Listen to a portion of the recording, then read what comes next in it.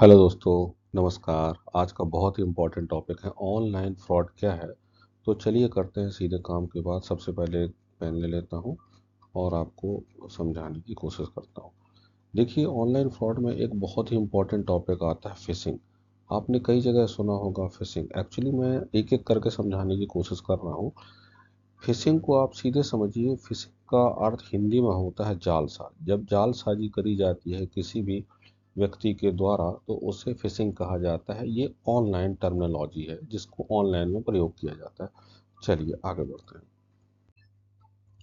अब फिशिंग क्या है? फिशिंग के कई तरीके होते हैं, जैसे ईमेल के द्वारा। अब ईमेल के द्वारा फिशिंग कैसे होती है? ईमेल के द्वारा फिशिंग करने का सबसे सरल तरीका ये होता है कि आपके ईमेल आईडी पर एक लिंक भेज दिया जाता है, जो कि फिशिंग करने वाले जो साइबर क्रिमिनल्स होते हैं, इस लिंक के द्वारा आपकी इम्पोर्टेंट इन्फॉर्मेशन को जैसे आप क्लिक करेंगे, उसमें मैलवेयर होता है जो कि आपकी इम्पोर्टेंट डाटा को चुराने का काम करता है।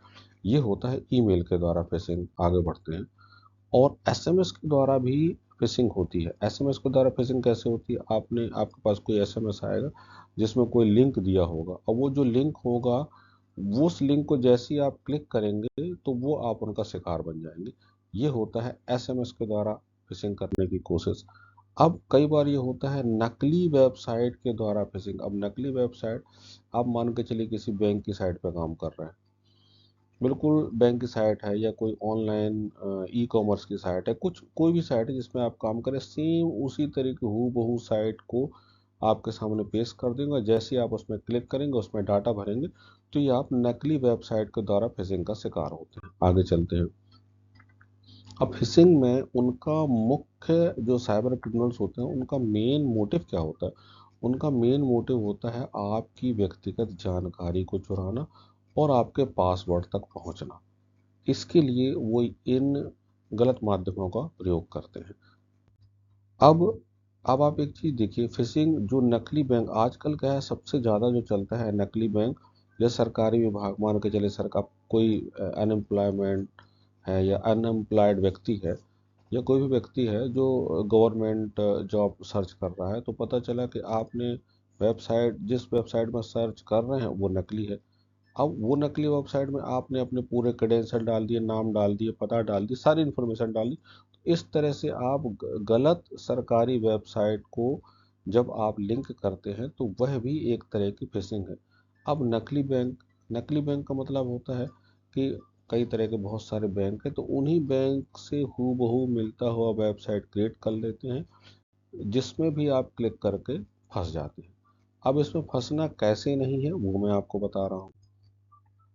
ठीक है, फिशिंग से बचने का सबसे बढ़िया, सबसे बेस्ट तरीका आपने देखा।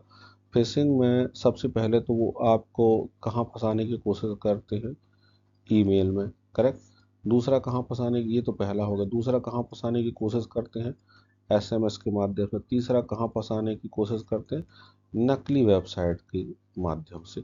अब आपको क्या करना है? सबसे पहले जो आपका ईमेल है, उसमें आप टू फैक्टर ऑथेंटिकेशन ऑन कर दीजिए, सबसे पहला। और दूसरा, एसएमएस जब भी आते हैं तो आप कोशिश करें कि अनावश्यक किसी भी एसएमएस को जो कि ऑथेंटिक नहीं है, उसके लिंक को ओपन नहीं करना है। और तीसरा, जो भी वेबसाइट होती है, कोशिश करें कि HTTP वाली जो ये कॉलम रहता है ना, उसको उसको ही खोलें, या आगे चल के किसी भी एक्सपर्ट, जो साइबर एक्सपर्ट होते हैं ना, उनसे भी एक बार इस बात की सलाह ले लें कि सर, हमको हम बहुत ज़्यादा काम करते हैं ऑनलाइन, तो उससे हम फिशिंग से बचे रहें, उसके लिए हमको आप तरीके बता दीजिए। देखिए, सबसे बढ़िया तरीका होता है जो मैं आपको बता रहा हूँ, अगर आपके लिए संभव है कि एक मोबाइल, अगर आप मोबाइल के द्वारा काम करते हैं तो एक मोबाइल सेपरेट रखें जो कि आपके बैंक से लिंक ना हो।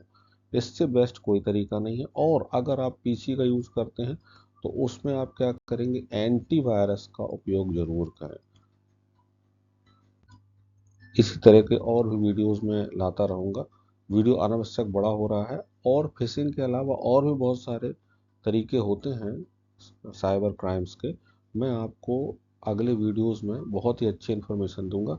तब तक के लिए थैंक यू वेरी मच। फिर मिलते हैं अगले वीडियो में।